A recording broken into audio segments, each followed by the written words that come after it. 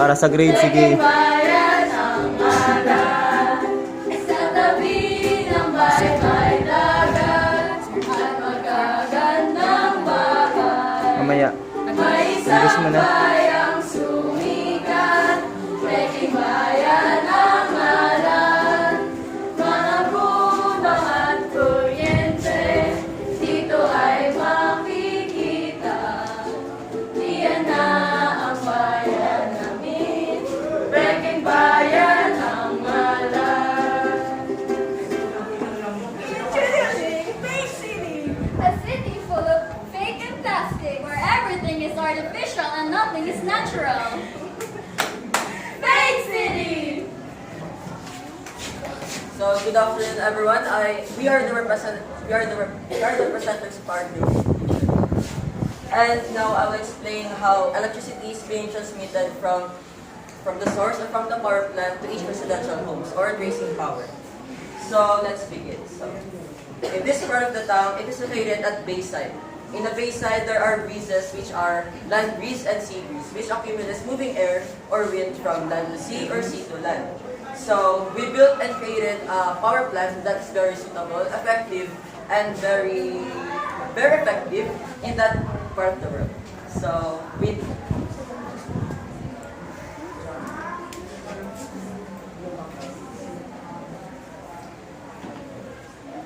windmill is a structure that involves converting wind power or wind energy into some form of energy or electricity, specifically rotational energy.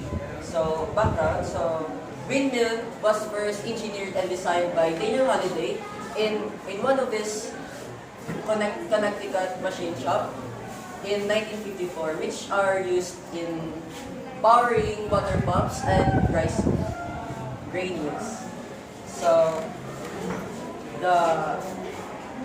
So when the wind blows the blades, the rotor spins. So the rotor is blades plus hub. So hub is where the blades are connected or intact. So this is the hub. So blades plus hub is the rotor. So when the rotor spins, the shaft also spins. The shaft is a tube that connects the rotor and the generator. So when that spins, the shaft also spins. So at the end of the shaft, there is a generator that converts mechanical energy to rotational energy or potential energy to kinetic energy. So the rotational energy is being transferred or transmitted into one of the transformers. Transformers, as what their name implies, they transform voltage from one value to another. So the transformer that the rotational energy is being transferred is a step-up transformer.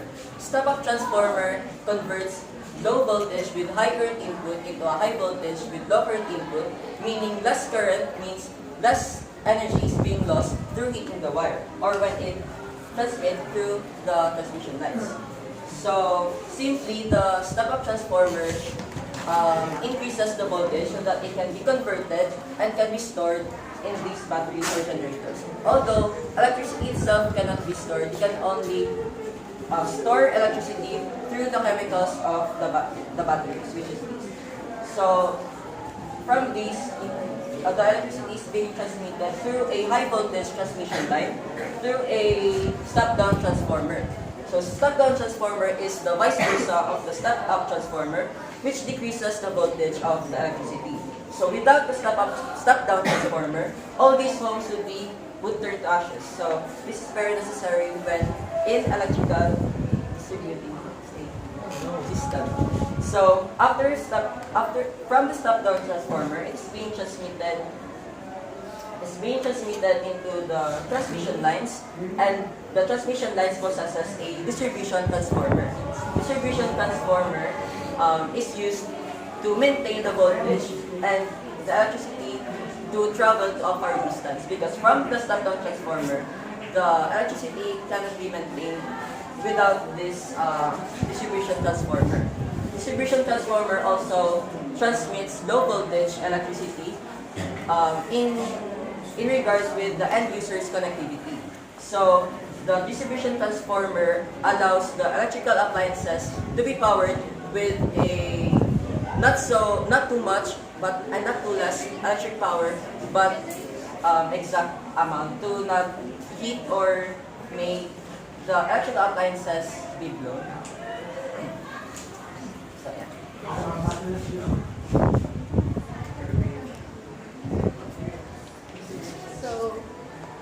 so we have here three different stations. First is the generating station, the transmitting station, and the distributing station.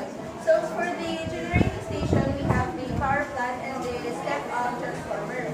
And for the transmitting station, we have the high voltage transmission line and the step-down transformer. And for the distributing station, we have the distribution transformer and the transmission line.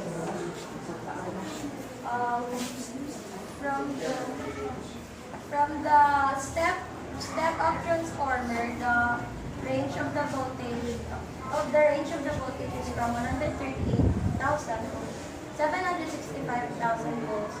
Going through the step down transformer is from 34,000 to 138,000 volts. And the step down transformer is reducing the voltage, which when it passes through the distributing lines, it increases the voltage up to 220.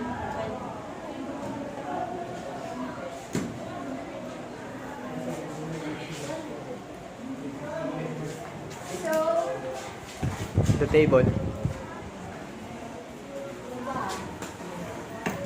so as you can see, there is a water tank in here. So the water tank is used so that the windmill will not overheat. And also where, in case of fire, the water tank also serves as a source of water to distinguish it.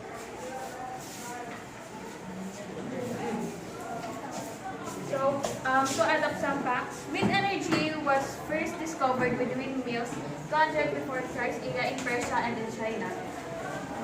The first modern turbine built was in Vermont in 1940s, and as of now, there are 38 states using a wind turbine. Commonly, a turbine tower's height is over 328 feet tall, and that's taller than the Statue of Liberty, and its blade is usually 260 feet long.